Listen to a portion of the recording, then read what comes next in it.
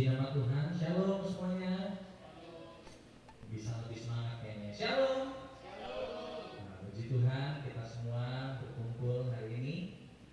Semua karena kebenaran Tuhan yang luar biasa besar dalam setiap kehidupan kita. Amin. Senang sekali sore hari ini bisa ada di tempat ini lagi. Saya nggak tahu terakhir kali kapan saya berdiri di sini. Kayaknya tahun lalu sih kalau nggak salah ya. Yang main drum tuh masih kecil, namanya siapa yang main drum? Oh sama berarti namanya ya, Yosua ya. Saya juga dulu drummer. Kamu umur berapa ya? Umur berapa? Oh 13 ya, luar biasa. Luar biasa main drumnya udah rapi apa. Dulu saya juga main drum sama berarti. Jadi saya tadi ngelihat dia kayak jadi ingat waktu dulu main drum ya. Sangat rapi sekali, dulu saya nggak begitu waktu umur 13 ya. Jadi saya juga lihat muka udah lupa semua kalau yang di sini ya. Tapi senang sekali saya bisa dikasih kesempatan untuk kita bisa belajar bersama-sama sore hari ini. Semua karena kemurahan Tuhan ya. Makasih juga buat pengurus yang ada semuanya gereja di tempat ini yang mempercayakan saya kembali. Kita sama-sama belajar sore hari ini teman-teman tentang satu judul yang menarik ya. Judulnya ini, apakah semua agama sama ya. Jadi lebih ini ya judulnya ada berbau-bau apologetika ya. Apakah semua agama sama? Mungkin jawabannya sudah tahu ya. Tidak jawabannya. Ya tapi kita akan lihat sama-sama teman-teman. Next slide. Nah, teman-teman pernah dengar ini enggak? Kata-kata ini. Semua agama itu sama. Yang paling penting itu jadi orang baik. Ya, kamu mau Islam, kamu mau Kristen, kamu mau Hindu, agamanya nggak cukup di sini ya karena ini pakai AI. Buddha, ya, semua agama itu sama. Yang paling penting itu kita berbuat baik. Saya mau tahu berapa banyak yang pernah dengar itu, atau mungkin berpikir seperti itu. Ada nggak? Yang pernah dengar angkat tangannya? Belum pernah dengar semua? Oke, rata-rata kebanyakan pernah dengar, apalagi ya yang STT pasti pernah dengar, ya. Nah, saya sendiri pun sering mendengar itu, ya. Teman-teman orang-orang dari kalangan Kristen liberal pun atau Kristen progresif pun ngomongnya juga sama, semua agama itu sama aja. Jadi kita tidak perlu menginjil karena semuanya pasti masuk surga, ya. Nah, yang penting itu jadi orang baik aja, itu yang paling penting. Kita mungkin sering dengar ini lewat keluarga kita atau teman-teman kita. Nah, kalau teman-teman renungkan ya, sekarang ini itu kita hidup di zaman di mana kalau kita membuat sebuah klaim eksklusif, artinya gini, ya yang paling benar tuh Kristen. Wah itu udah langsung dianggap kamu tuh sombong, kamu itu arogan, kamu itu intoleran. Betul ya? Nah, wah Kristen itu sombong katanya hanya melalui Tuhan Yesus lah jalan keselamatan itu, agama-agama lain tuh nggak ada. Wah mereka intoleran dan lain sebagainya. Padahal kalau teman-teman pelajari ya, setiap agama itu punya klaim eksklusifnya masing-masing. Menarik ya. Bagi mereka, saya juga pernah ketemu orang-orang seberang ya, Muslim tapi yang radikal sekali. Ya bilang orang Kristen nggak masuk surga karena mereka bukan Islam. Ini direkam nggak? Agak-agak gimana gitu ya. Nah saya sering dengar, artinya setiap agama itu punya klaim eksklusifnya masing-masing. Nah tapi di zaman sekarang itu dianggap menciderai semangat toleransi, tapi nanti kita akan lihat apa artinya toleransi. Ya. Jadi pernyataan semua agama sama itu adalah pernyataan yang aman dan dianggap lebih toleransi, itu pernyataan kasih. Nah nanti kita akan lihat sama-sama. Saya mau kasih satu quote next dari Ravi Zacharias, terlepas dari apa yang dia lakukan ya teman-teman ya, tapi quote-nya bagus. Jadi nanti akan ada cukup beberapa kali quote dari beliau dan juga Tim Keller. Dia bilang begini saudara, setiap orang mempercayai sesuatu yang eksklusif. Kayaknya kurang kelihatan tulisannya. Bahkan orang yang bilang semua agama sama, itu mereka sedang membuat sebuah klaim eksklusif. Ya. Semua agama itu sama. Nah, berarti dia sendiri sedang membuat klaim eksklusif. Yaitu apa? Bahwa pandangannya tentang agama itu lebih benar daripada pandangan orang yang tidak sependapat dengan dia. Jadi sebenarnya sama aja. Nah, next. Jadi ini bukan perkara apakah kita boleh membuat sebuah klaim eksklusif atau tidak. Tapi pertanyaannya adalah, dari banyaknya agama yang membuat klaim eksklusifnya masing-masing, contoh teman-teman muslim lagi, karena saya banyak bersentuhan dengan mereka ya. Mereka kan percaya agama yang diridhoi hanyalah agama Islam. Itu kan klaim eksklusif.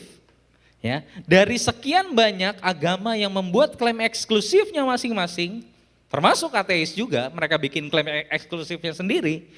Ya, pertanyaannya adalah klaim siapa yang benar? Jadi bukan apakah kita boleh membuat klaim eksklusif atau tidak, tidak. Semua orang punya klaim eksklusifnya masing-masing. Itu tidak terhindarkan, teman-teman. Tapi pertanyaannya adalah sekarang, mana yang benar tentang sebuah kebenaran? Nah, kalau kita lihat teman-teman, kenapa pernyataan semua agama sama itu bisa muncul? Biasanya itu lahir dari dua alasan utama. Ada yang mau jawab nggak? Kenapa orang bisa ngomong semua agama itu sama? Coba satu atau dua jawaban. Karena ini kan katanya semi pendalaman Alkitab. Ya. Ada yang tahu kenapa sih kok pernyataan itu bisa muncul semua agama itu sama? Nah, itu betul ya. Itu apa? Jemaat atau itu orang STT? Oh, jemaat. Kirain yang di belakang tuh tim STT gitu. Tapi jawabannya betul, ya. Yang pertama, next, semua agama mengajarkan kebaikan. Jadi pasti sama aja, betul gak? Ya, kelihatannya permukaannya betul, ya. Nah, tapi kita harus jujur mengatakan memang hampir semua agama itu mengajarkan kebaikan, teman-teman. Kenapa saya katakan hampir semua? Karena tidak semua agama mengajarkan kebaikan. At least secara common sense, ya, jangan membunuh, jangan mencuri, itu kebanyakan agama mengajarkan itu. Tapi ada beberapa agama juga yang mengajarkan membunuh orang itu dapat pahala, ya. Ada juga yang begitu. Jadi hampir semua agama mengajarkan kebaikan. Jangan mencuri, jangan membunuh, ya, menghormati orang tua. Kita juga akan menemukannya di agama-agama lain. Berbuat baiklah kepada sesama, jadilah orang yang bermanfaat untuk sesamamu. Nah, jadi klaim bahwa semua agama itu sama, itu berasal dari sini. Alasan yang pertama, karena semua agama mengajarkan kebaikan, jadi pasti sama aja dong. Mau kamu Kristen, Hindu, Buddha, Taoism, Konfusius, banyak semuanya. Ya, berarti pasti semuanya sama aja. Nah, tapi pertanyaan gini, apakah itu membuktikan bahwa semua agama itu sama? Saya kasih ilustrasi. Misal ada 2 buah handphone. Coba Yuda boleh angkat 2 handphone itu enggak? Handphoneku sama handphonemu itu. Handphonemu mereknya apa ya? Oh, Samsung, pas. Saya juga tadi mau kasih ilustrasi itu. Kalau ada 2 buah HP, teman-teman lihat di situ ya, Samsung dan juga HP saya iPhone, ya, sama-sama bisa nelpon, sama-sama bisa ngirim chat, sama-sama bisa ngirim reels yang lucu-lucu, ya, meme yang lucu-lucu. Apakah sudah pasti kedua HP tersebut itu sama secara identical? Tidak, ya. Apa yang membedakan kedua HP ini? Boleh turunin Yuda, kayak disalip Yuda ya. Apa yang membedakan kedua HP tadi, Samsung dan iPhone? Yang paling utama bedanya apa? Apa? Merek. Terus apa lagi yang paling membedakan? Apa intinya? OS-nya, betul nggak? Operating system-nya. Yang satu pakai iPhone OS, yang satu nggak tahu Samsung apa namanya. Ya. Nah, sama dengan agama. Kesamaan etika yang nampak di permukaan, oh semua agama mengajarkan kebaikan, itu tidak membuat semua agama itu menjadi sama. Kesimpulannya masih terlalu jauh. Kenapa? Karena agama tidak berdiri hanya di atas sistem moral. Next. Setidaknya agama itu menjawab 3 hal ini. Siapakah Tuhan itu? Sorry ya, saya nggak tahu kalau tulisannya itu terlalu kecil, kayaknya nggak kelihatan nih. Apa yang salah dengan manusia dan apa solusinya? Yang ketiga, apa yang terjadi kepada saya setelah saya mati dan bagaimana saya bisa masuk surga? At least agama itu menjawab 3 hal ini. Siapa sih Tuhan itu? Apa sih yang salah dengan dunia ini? Kok kayaknya ada yang salah dengan dunia ini? Penderitaan di mana-mana, peperangan di mana-mana, manusia saling membenci, manusia saling membunuh, saling iri hati. Apa yang salah? Dan apa solusinya? Dan yang paling banyak adalah pertanyaan ini, apa yang terjadi kepada saya setelah saya mati? Gimana saya bisa masuk surga? Itu pertanyaan yang sangat penting. Nah, coba kita cek satu-satu pertanyaan tadi pada setiap agama. Siapa Tuhan itu? Apa yang salah dengan manusia dan apa solusinya? Apa yang akan terjadi pada saya setelah saya mati? Bagaimana saya bisa masuk surga? Coba kita cek satu-satu pertanyaan tadi di setiap agama. Apakah jawabannya sama? Sama enggak jawabannya? Sangat berbeda. Ya, itu yang saya maksud sebagai operating system itu, intinya itu tadi. Ketika kita masuk ke bagian fundamental, bagian terdalam dalam sebuah agama, kita akan melihat perbedaan yang sangat-sangat signifikan. Dan itu bukan perbedaan minor, itu perbedaan yang sangat-sangat berbeda, bertolak belakang bahkan. Contoh sederhana, saya kasih contoh sederhana. Misal, dalam hal perbuatan baik. Ya, tadi kita udah belajar sama-sama, banyak agama ya menekankan perbuatan baik, betul nggak? Termasuk Kristen. Kristen pun menekankan pentingnya perbuatan baik. Terlihat sama di permukaan. Ya, semua juga kayak gitu. Makanya agama pasti sama, belum tentu.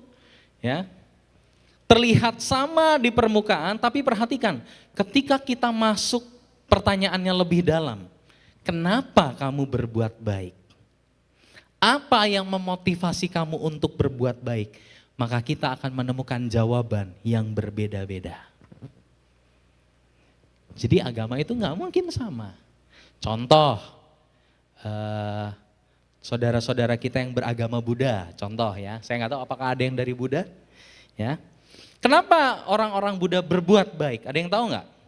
Kalau yang pernah belajar studi agama-agama, kenapa orang-orang Buddha berbuat baik? Supaya kamu tidak mendapatkan karma, betul ya? Karena orang-orang teman-teman kita Buddha itu percaya inkarnasi. Nanti kalau misalnya kehidupan sekarang itu kita berbuat jahat, nanti kehidupan berikutnya ketika inkarnasi bisa jadi pohon, bisa jadi ayam, ya kalau misalnya nggak baik, ya. Itu yang mereka percaya. Meskipun sebenarnya ada pertanyaan ya, jadi yang mengawali kehidupan ini apa? Ya. Itu teman-teman Buddha. Orang-orang Muslim, teman-teman Muslim. Sini ada yang punya teman-teman Muslim nggak? Oh ya ada ya. Tapi rata-rata sini sekolah Kristen kali ya. Nah, kenapa orang-orang Muslim itu rajin berbuat baik? Supaya dapat pahala. Tapi orang Kristen berbuat baik, meskipun ada yang percaya juga supaya dapat pahala, ya. Tapi pada dasarnya Kristen percaya kita berbuat baik karena kita sudah diselamatkan. Ya. Nah, jadi hal yang sederhana aja itu sangat berbeda, teman-teman. Contoh lain lagi. Masalah utama manusia, ya. Setiap agama memberikan jawaban yang berbeda-beda. Ya. Kalau Kristen, apa masalah utama manusia? Ada yang tahu? Apa masalah utama kita? Sudah sering diomongin pasti ya. Masalah utama kita adalah dosa. Dosa merusak relasi kita yang pertama dengan Allah, dan kemudian dengan sesama, dan juga dengan diri kita sendiri, dengan ciptaan Allah juga. Nah itu yang kita percaya. Tapi dalam teman-teman Muslim itu mereka tidak percaya dosa asal. Nah kalau teman-teman tahu, orang-orang Muslim itu nggak percaya bayi waktu lahir mereka seperti kertas putih bersih tanpa dosa. Nah kalau kita enggak, kita ada ayatnya. Dengan dosa aku dikandung ibuku. Ya. Nah, karena masalah utamanya berbeda, maka solusinya pun berbeda.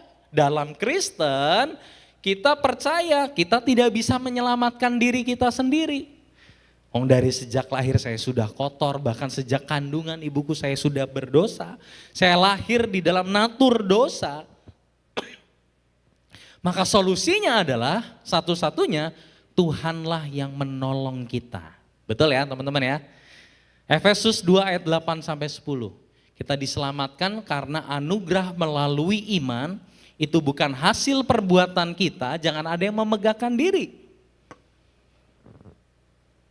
Ya. Nah, kita diselamatkan untuk berbuat baik. Jadi solusinya aja berbeda. Dalam agama Islam, teman-teman, harus melakukan sesuatu untuk bisa selamat.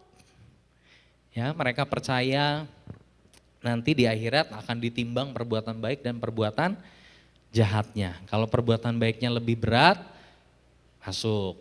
Kalau enggak, ya masuk neraka. Belum lagi harus melewati jembatan yang setipis satu helai rambut dibagi 7. Nah, jadi menarik ya kalau kita belajar tentang studi agama-agama. Itu yang mereka percaya. Harus melakukan sesuatu untuk bisa selamat. Aku menyelamatkan diriku sendiri. Aku yang membayar harganya. Sangat berbeda bukan? Ya. Jadi kebanyakan agama pada umumnya harus melakukan sesuatu untuk bisa selamat. Dan seringkali orang Kristen pun percaya itu. Ya, nanti di akhirat kita ditimbang gitu. Padahal itu bukan konsepnya Kristen loh. Itu dari agama seberang, ya. Jadi kebanyakan agama pada umumnya harus melakukan sesuatu untuk mencapai keselamatan.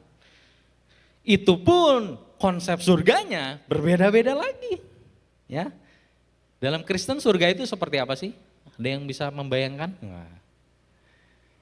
Dalam Kristen kita percaya surga adalah relasi kekal dengan pribadi Allah. Kita akan menikmati Allah selama-lamanya. Jadi surga itu bukan hanya surga itu bukan hanya bicara tempat, tapi surga itu bicara tentang siapa pribadi yang hadir di sana. Ya, itu Kristen. Tapi di dalam Buddha contohnya, ini kayaknya mau habis baterainya.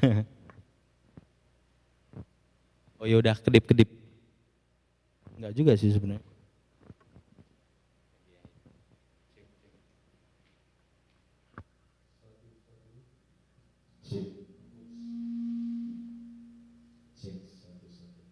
Misal dalam agama Buddha, mereka percaya nirvana. Nirvana itu apa? Lenyapnya keakuan. Makanya mereka percaya Siddhartha Gautama itu sudah mencapai yang paling tingkatan paling atas. Ya.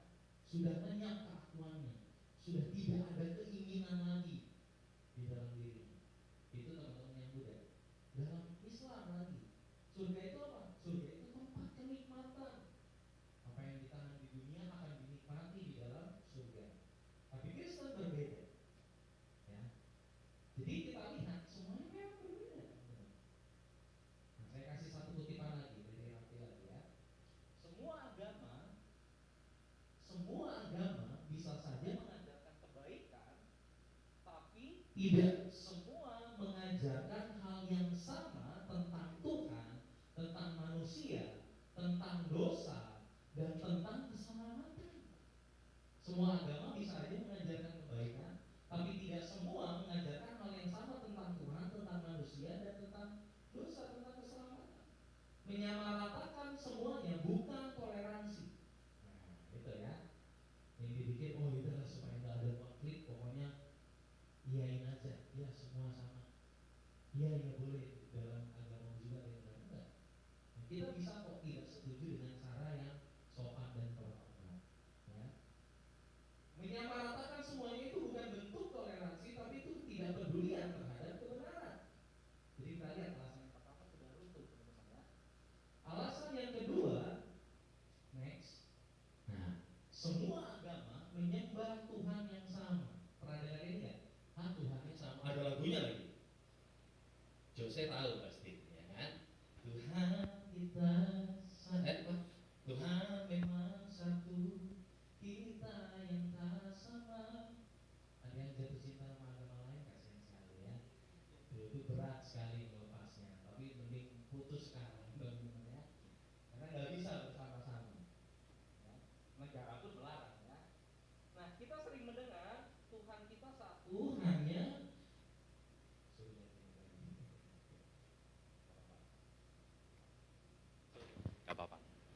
Nah, kita sering dengar, Tuhan tuh satu kok, cuma jalannya aja yang beda-beda. Betul ya? Ada banyak meme-nya, ada orang megang buntut gajah, ada orang megang kaki gajah.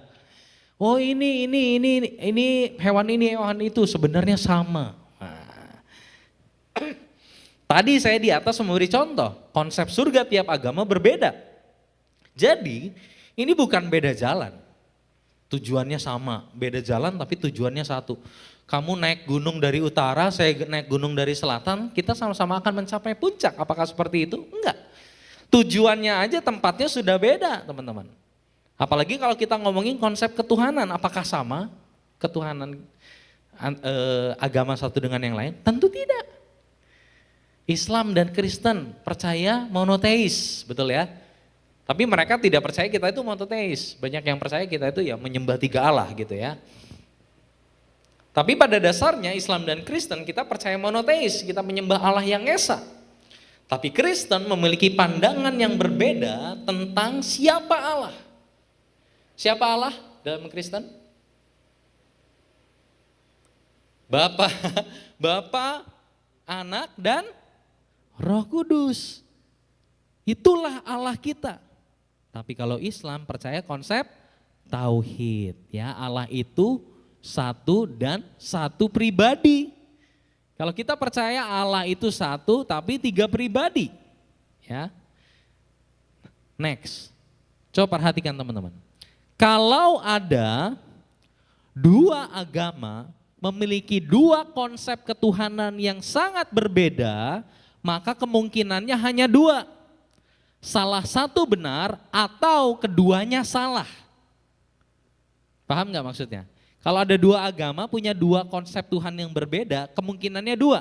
Salah satu benar atau dua-duanya salah. Yang jelas tidak mungkin keduanya sama, betul ya? Karena sangat berbeda sekali, sangat kontradiksi. Yang satu percaya satu pribadi, yang satu percaya tiga pribadi. Jadi tidak mungkin keduanya sama. Entah salah satu benar atau keduanya salah. Jadi sampai sini itu belum membuktikan bahwa Kristen yang benar gitu, belum. Ya. Nah, ada satu kutipan dari Tim Keller, dia bilang gini, agama-agama di dunia tidak hanya berbeda dalam praktik, mereka berbeda secara fundamental. Dalam hal siapa Allah itu, apa masalah utama manusia, dan bagaimana masalah itu diselesaikan. Sangat berbeda sekali teman-teman. Ya, mengatakan semuanya sama seperti mengatakan semua masakan dunia itu sama. Hanya karena semuanya sama-sama menggunakan api. Ya. Jadi sangat berbeda sekali. Jadi waktu orang bilang Tuhan itu satu, jalannya saja yang berbeda.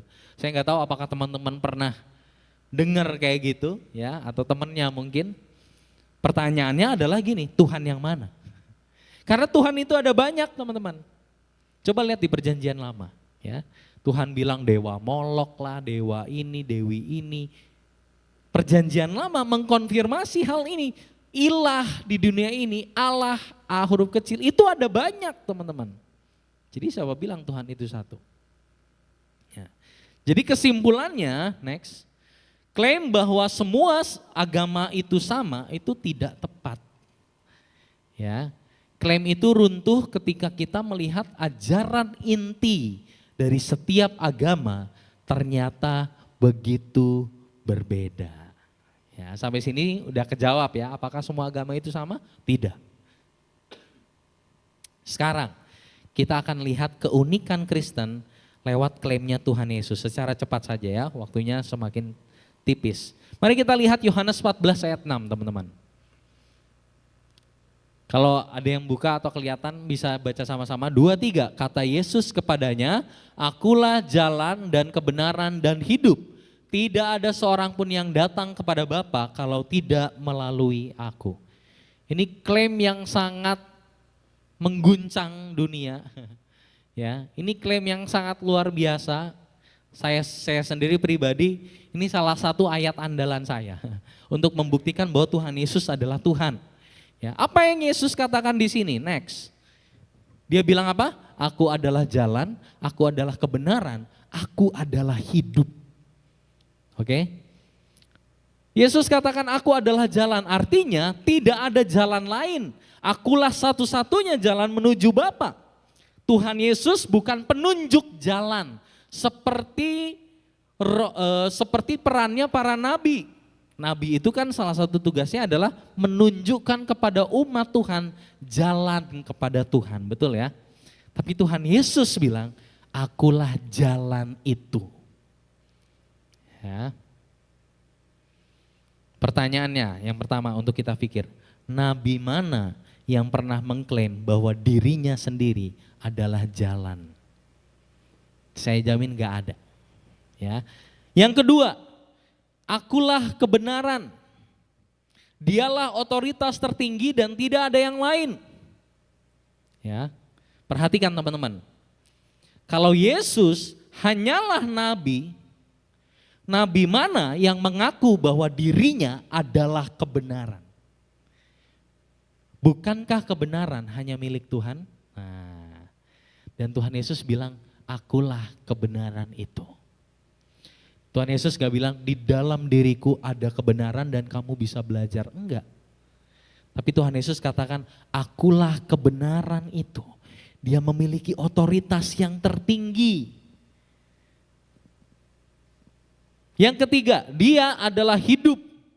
Tuhan Yesus tidak berkata di dalamku ada hidup.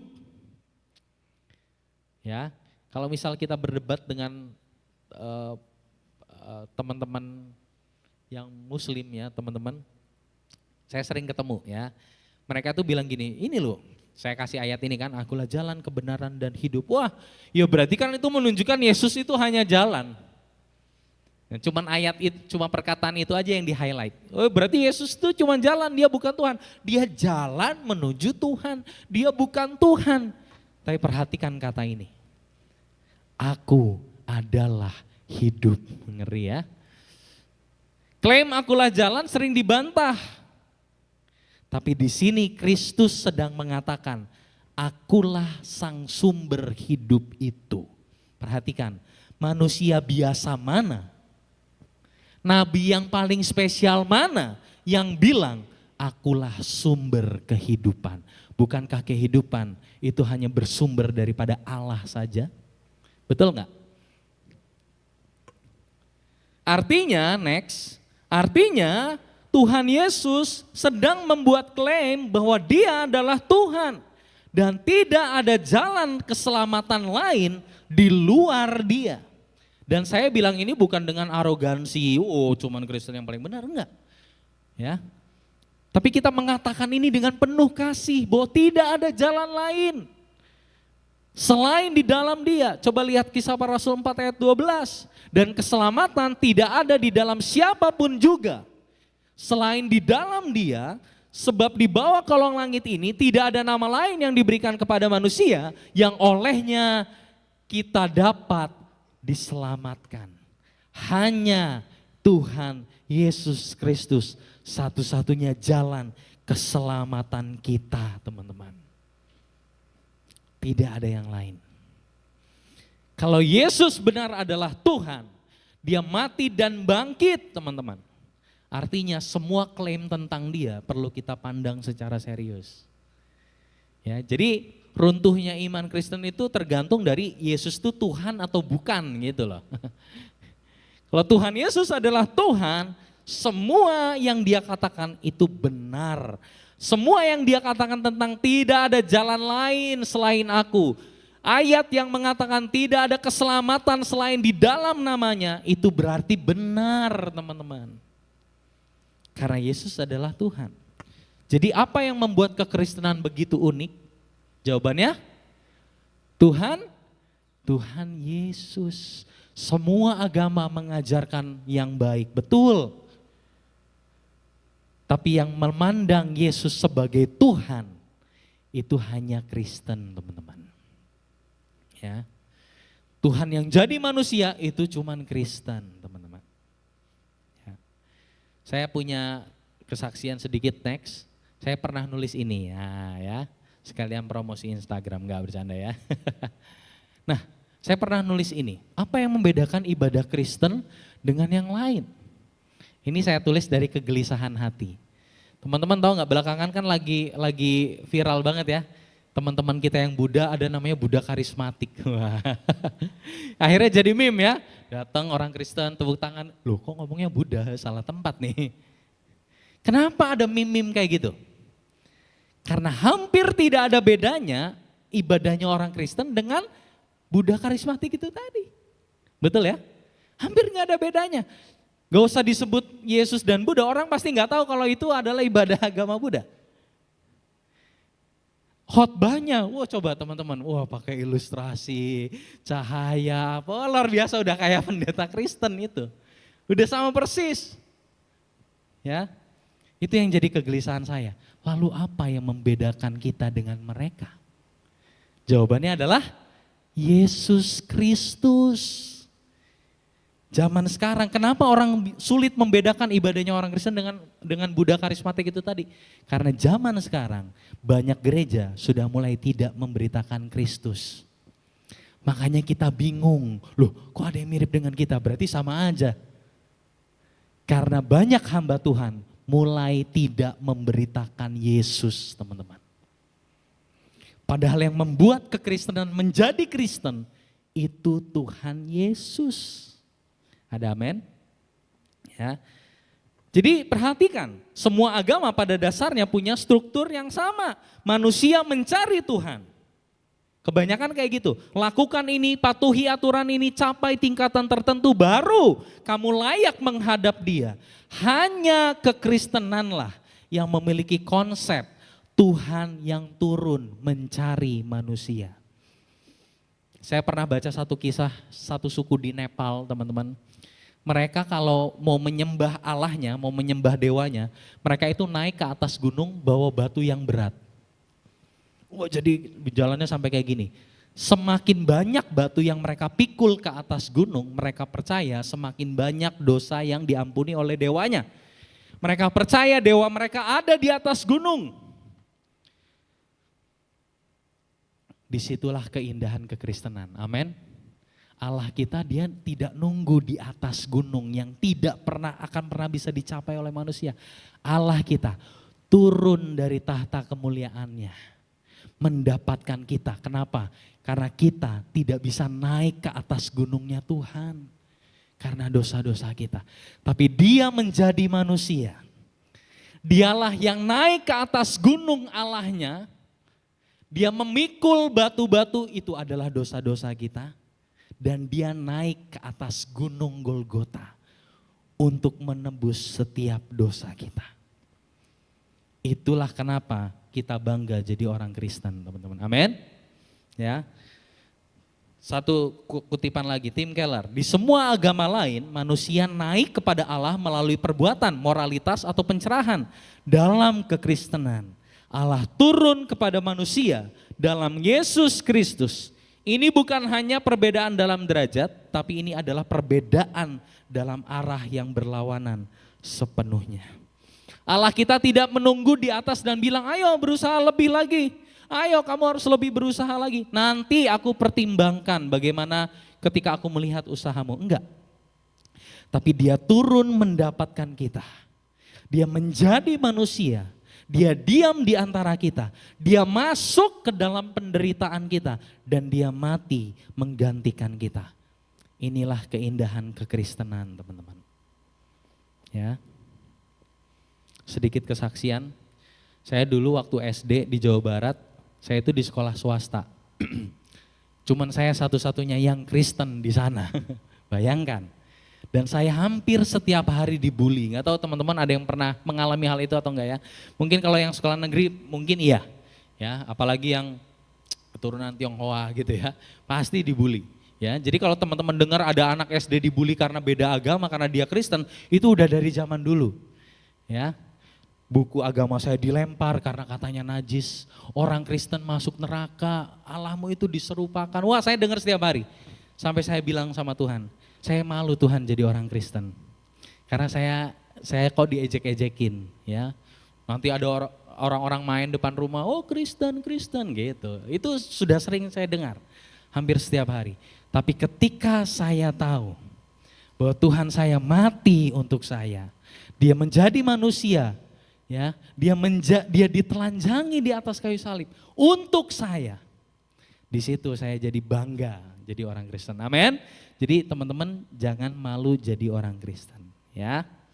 Nah, yang terakhir, mungkin dari antara kita ada yang berpikir gini, kok intoleran ya, kok arogan ya, bilang hanya kekristenan hanya Yesus satu-satunya jalan keselamatan. Nah, kutipan terakhir dari Raffi Zakarias ya, perhatikan. Toleransi sejati bukan berarti semua pandangan harus dianggap sama benarnya, itu bukan toleransi ternyata. Tapi toleransi sejati berarti saya memperlakukan Anda dengan hormat sebagai manusia, sambil tetap tidak setuju dengan pandangan Anda. Justru karena saya mengasihi Anda, saya tidak akan berpura-pura bahwa saya tidak punya keyakinan. Orang yang sungguh percaya Yesus adalah satu-satunya jalan, justru tidak akan tahan untuk membagikan kabar baik, teman-teman. Kita rindu sebanyak mungkin orang diselamatkan. Justru kalau kita menahan kabar baik atas nama toleransi, justru itu adalah tindakan yang paling jahat. Coba bayangkan, katakanlah dunia ini kena satu penyakit yang langka dan mematikan, yang menjangkiti semua orang di dunia. Dan cuman kamu yang punya obat penawarnya. Bayangkan ya, bayangkan aja. Dan kamu memutuskan untuk menikmati obat itu sendirian, sembuh sendirian. Dan kamu tidak pernah memberitahukan bahwa ada obat yang menyembuhkan penyakit mereka.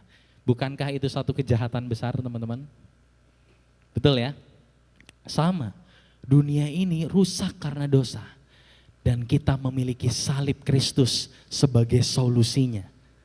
Tindakan kita untuk menahan karena saya takut teman saya tersinggung adalah tindakan paling jahat yang bisa kita lakukan. Saya ingat saya pernah lihat satu video di YouTube, saya minta waktu 5 menit ya, 5 menit lagi. Satu video di YouTube, Living Water, nggak tahu teman-teman pernah lihat atau tahu, Ray Comfort namanya. Dia bilang gini, orang ateisnya bilang gini, kalau memang benar, kalau misal saya sedang berjalan dan ada truk dengan kecepatan tinggi mau nabrak saya dan kamu tidak melompat dan kamu tidak memperingatkan saya, itu adalah tindakan paling jahat yang bisa kamu lakukan. Terus dia bilang kayak gini, seandainya neraka itu memang benar dan kamu orang-orang Kristen tahu bahwa keselamatan hanya ada di dalam Tuhan Yesus dan kamu tidak memperingatkan saya bahwa ada keselamatan di dalam Yesus, dia bilang kayak gini, berarti kamu memang benar-benar membenci saya. Bayangkan. Ya. John Stott dia bilang kayak gini, teman-teman. Habis gini penutup, ya. Next. Misi Kristen lahir bukan dari perasaan superioritas agama, tapi dari rasa syukur atas anugerah Allah.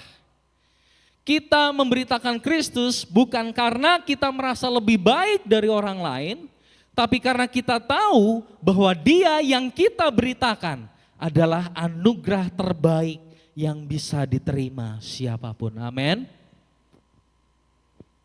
Apa yang menahan kita untuk tidak menceritakan Kristus sama teman-teman kita? Kemungkinannya cuma satu. Kita tidak melihat Kristus itu benar-benar berharga dan layak untuk diberitakan. Kamu harus kenal Yesus ini.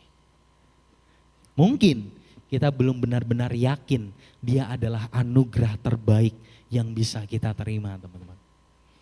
Sebagai penutup, ya.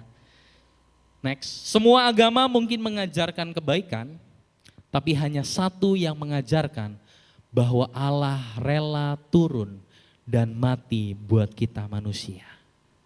Next, C.S. Lewis pernah mengatakan begini, kekristenan jika salah tidak penting sama sekali. Bahkan kita nggak usah ke gereja. Ya, Rasul Paulus juga bilang sia-sialah iman kita kalau Yesus gak bangkit. Tapi jika benar, itu adalah satu-satunya hal yang paling penting di atas segala-galanya. Dan ini menarik, perhatikan. Satu-satunya hal yang tidak bisa kamu lakukan adalah menganggapnya sedikit penting. Jadi spektrumnya hanya ada dua. Nggak penting sama sekali atau penting banget. Nggak ada yang bilang sedikit penting. Either kita tidak percaya Yesus benar-benar Tuhan dan dia menyelamatkan dosa saya, atau kita benar-benar percaya bahwa satu-satunya jalan keselamatan hanyalah di dalam Dia dan kita memberitakannya kepada orang lain. Ada amin teman-teman? Nah, tantangan untuk kita semua selama 1 minggu ke depan, coba bayangkan satu nama yang muncul di kepala kalian. Bisa itu teman kalian yang beda agama atau Kristen tapi nggak pernah dengar Injil,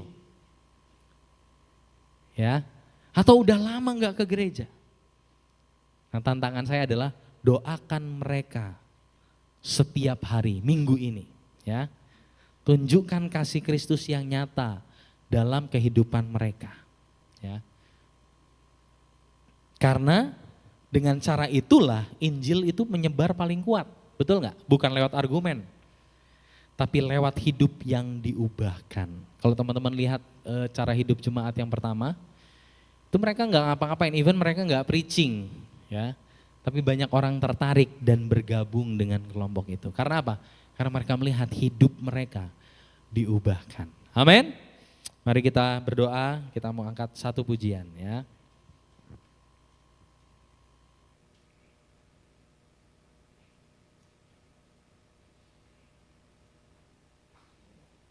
Boleh dikunci A? A, kunci A.